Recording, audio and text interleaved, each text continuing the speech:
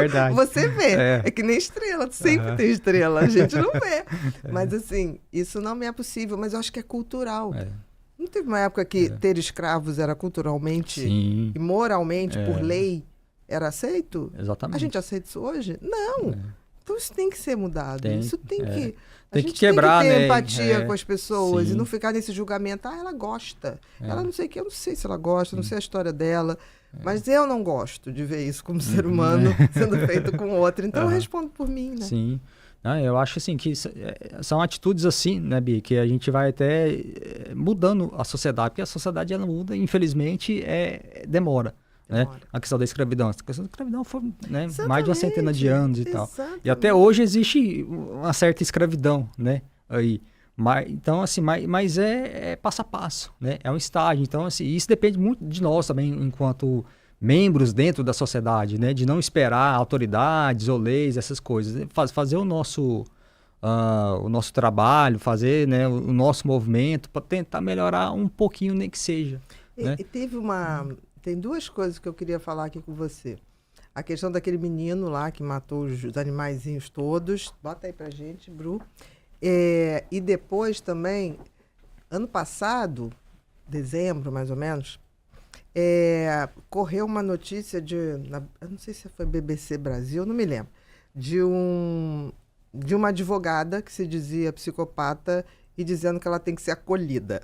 Aí uma opção de gente começou a me mandar essas coisas. Eu falei, querido, lobo em pele de cordeiro. Primeiro que não ia fazer isso.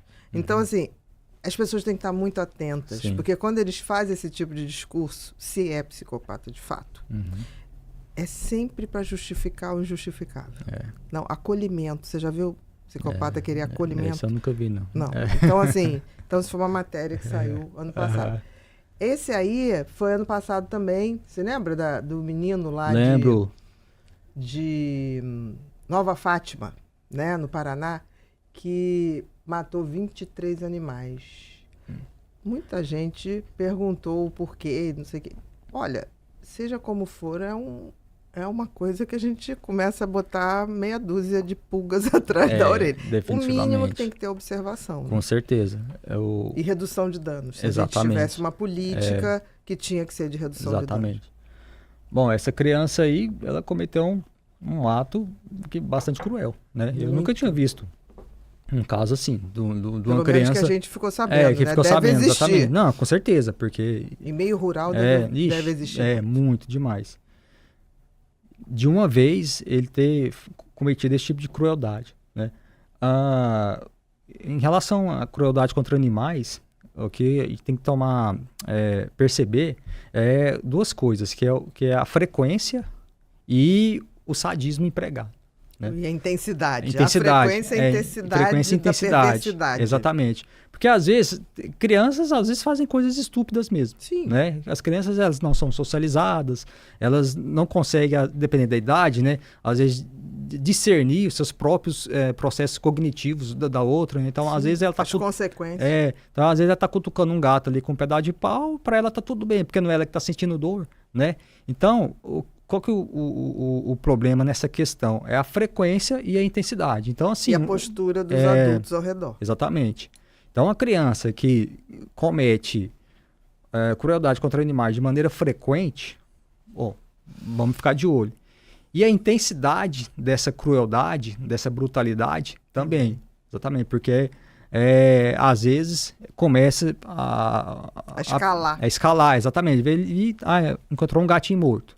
Aí passa um tempo, encontrou o gatinho que está com o pescoço pendurado na corda, no varal de casa. Aí passa mais um tempo, já encontra uma cabeça de um gato. Ou seja, ele está escalando. Então isso é perigosíssimo. Então a criança que pratica crueldade de maneira frequente e escalando de maneira sádica, então é um fator predisponente muito grave. Muito grave. Então essa criança já está com problema.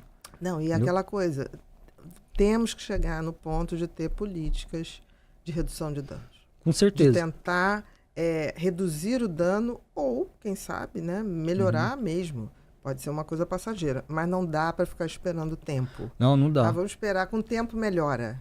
Não tem essa história? O tempo melhora. E tinha que ter um cadastro dessas crianças para terem acompanhamento. Porque Porque, por exemplo, muda para outro estado. Ok, o acompanhamento segue lá. Sim. Não é para discriminar, é justamente para dar oportunidade de ter um prognóstico melhor. Um banco de dados, né, para acompanhar essa criança. Isso aqui não porque pode, isso aí não tem como melhorar, só tem como piorar, no caso. Não, né? Pode ser que com um acompanhamento muito bacana, isso se desfaça, mas pode ser.